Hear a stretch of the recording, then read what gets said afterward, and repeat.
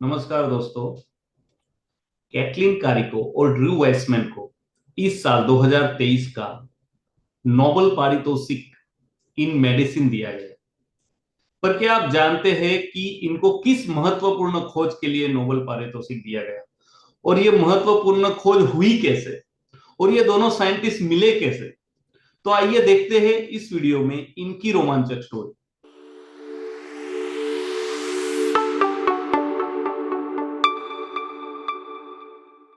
तो दोस्तों शुरू से स्टार्ट करते हैं। हमारी कोशिकाओं में डीएनए में एनकोड की गई आनुवंशिक जानकारी मैसेंजर आरएनए यानी कि एमआरएनए में स्थानांतरित हो जाती है और जिसका उपयोग प्रोटीन उत्पादन के लिए, प्रोटीन डेवलपमेंट के लिए एक टेम्पलेट के रूप में किया जाता है।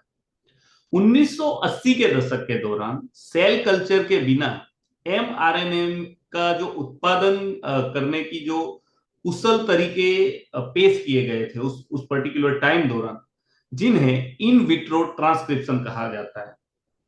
अब जैसे कि आप जानते हैं कि इन विट्रो ट्रांसक्रिप्शन यानी कि जो भी इन विट्रो यानी कि जो लेब में होता है, इन विवो यानी कि जो ह्यूमन बॉडी में या मैमेलियंस की बॉडी में होता है।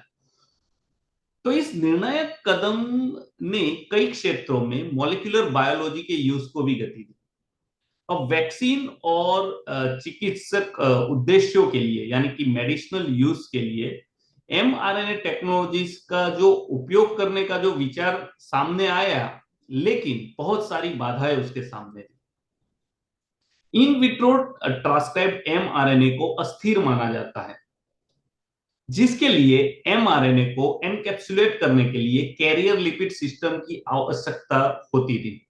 और इसके अलावा इन विट्रो एमआरएनए की वजह से इन्फ्लेमेशन रिएक्शन होते थे, इसीलिए मेडिसिनल यूज के लिए एमआरएनए का विकास उतना हो नहीं पाया।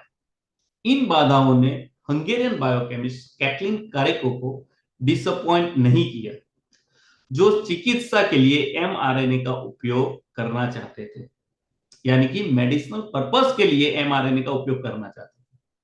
1990 के दशक की शुरुआत में जब वह पेनिसलाविया यूनिवर्सिटी में असिस्टेंट प्रोफेसर थी, तो अपने प्रोजेक्ट के महत्व के बारे में जो रिसर्च फंडर्स थे उनको समझाने के लिए उनको कठिनाइयों का सामना करना पड़ रहा था। उसके बावजूद एमआरएनए को चिकित्सीय रूप में साकार करने के अपने दृष्टिकोण पर वो कायम कर रही। जहां कारिको की मुलाकात उनके नए सहयोगी इम्यूनोलॉजिस्ट ड्रू वाइसमैन से हुई। ड्रू वाइसमैन इम्यूनोलॉजिस्ट थे और उनकी रुचि डेंड्राइटिक कोशिकाओं में थी, जो प्रतिरक्षा निगरानी और वैक्सीन इंड्यूस इम्यून रिस्पॉन्स को सक्रिय करने में महत्वपूर्ण कार्य करते हैं। नई विचारों से प्रेरित होकर जल्द ही दोनों के बीच में एक उपयोगी पार्टनरशिप शुरू हुई, जिसमें इस बात पर ध्यान केंद्रित किया गया कि विभिन्न आरएनए प्रकार इम्यून सिस्टम के साथ कैसे इंटरेक्ट करते हैं। कारिको और वेसमैन ने देखा कि dendritic cell in vitro transcribed mRNA को एक फॉरेन बॉडी के रूप में आइडेंटिफाई करता है, जिससे डेंड्राइटिक सेल एक्टिव होते हैं और इंफ्लेमेटरी सिग्नलिंग मॉलिक्यूल्स रिलीज करते हैं। उन्हें सरप्राइज हुआ कि इन विट्रो ट्रांसक्राइब्ड एमआरएनए को विदेशी रूप में क्यों पहचाना जाता है, जबकि मैमेलियन यानी कि जो नेचुरल एमआरएनए है उसके सामने कोई भी रिएक्शन नहीं होता है। कारिके और वेस्टमैन ने रियलाइज किया कि दोनों एमआरएनए में कुछ तो अलग है। जैसे हम सब जानते हैं कि आरएनए में 4 आधार होते हैं यानी कि बेस होते हैं, जिसको संक्षिप्त रूप में ए, यू, जी और सी, जो डीएनए में ए, टी, जी और सी के अनुरूप होते हैं, जो आनुवंशिक कोड के अक्षर होते हैं। कारिको और विस्मैन जानते थे कि ममालियन कोशिकाओं में आरएनए के आधार फ्रीक्वेंटली केमिकली मॉडिफाइड होते हैं, जबकि इन विट्रो ट्रांसक्राइब्ड एमआरएनए में ऐसा नहीं होता है। उन्हें आश्चर्य हुआ कि क्या इन विट्रो ट्रांसक्राइब्ड एमआरएनए में परिवर्तित आधारों के अनुपस्थिति यानी कि न हाजिरी होने के कारण अनवांटेड इंफ्लेमेशन आ रहा है। अब इसकी जांच करने के लिए उन्होंने एमआरएनए में विभिन्न प्रकार तैयार किए, जिसमें प्रत्येक के आधार में केमिकली डिफरेंट थे, जिन्हें उन्होंने डेंड्राइटिक कोशिकाओं तक पहुंचाया और परिणाम आश्चर्यजनक था। जब आधार संशोधनों को एमआरएनए में शामिल किया गया तो सूजन संबंधी प्रतिक्रिया यानी कि जो इन्फ्लेमेशन की जो प्रतिक्रिया हो रही थी, रिएक्शन हो रहा था, वो लगभग समाप्त हो चुका था। और कारिको और विस्मैन को तुरंत समझ में आ गया कि एमआरएनए को मेडिसिनल उपयोग करने के लिए उनकी खोज का गहरा महत्व है। ये रिजल्ट 2005 में कोविड-19 महामारी के 15 साल पहले प्रकाशित हुए थे। 2008 और 2010 में प्रकाशित आगे के रिसर्च में कारिको और विस्मैन ने दिखाया कि आधार मॉडिफिकेशन के साथ उत्पन्न एमआरएनए की डिलीवरी ने अनमॉडिफाइड एमआरएनए की तुलना में प्रोटीन उत्पादन में उल्लेखनीय वृद्धि की है। यह प्रभाव प्रोटीन उत्पादन को नियंत्रित करने वाले एंजाइम की सक्रियता कम होने के कारण हुआ। अपनी रिसर्च के माध्यम से बेस मॉडिफिकेशन ने इन्फ्लेमेशन संबंधित प्रतिक्रियाओं को कम किया और प्रोटीन उत्पादन में वृद्धि की।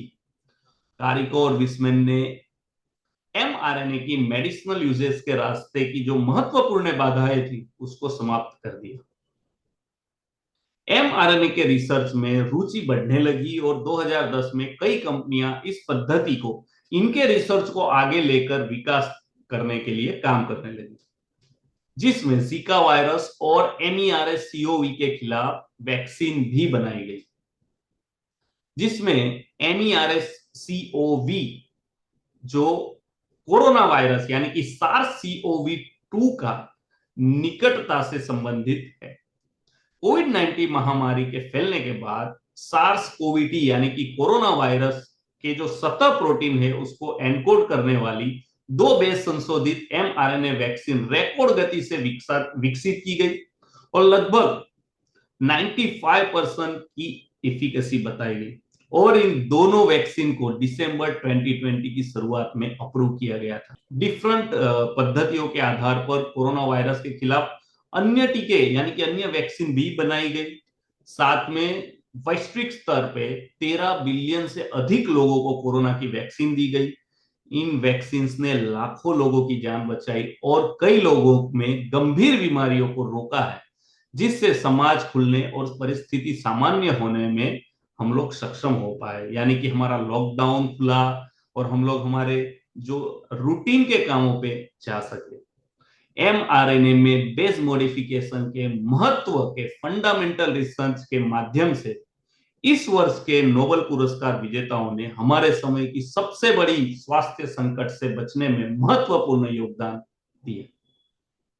दोस्तों, अगर आपको हमारी ये वीडियो पसंद आया होगा तो प्लीज लाइक करिए, ज्यादा से ज्यादा लोगों तक शेयर करिए और प्लीज सब्सक्राइब करिए हमारे साथ और बेल आइकन दबाना मत भूलिएगा। और अगर आपके कोई फीडबैक हो या कोई क्वेरी हो तो डेफिनेटली हमें आप कमेंट बॉक्स में लिखिए, हम उसको डेफिनेटली आंसर करेंगे। थैंक यू वेरी मच दोस्तों। जय हिंद, वंदे मातरम।